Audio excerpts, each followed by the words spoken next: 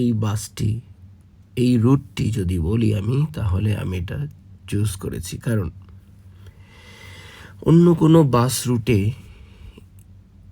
এই যে প্লেনদের বিশ্রাম নেয়া, তাদের চেহারা সুরত একটু দেখা বাসের মধ্যে বসে, এটা আসলে ততটা সম্ভব নয়। একদম এয়ারপোর্টের কাছাকাছি চলে এসেছি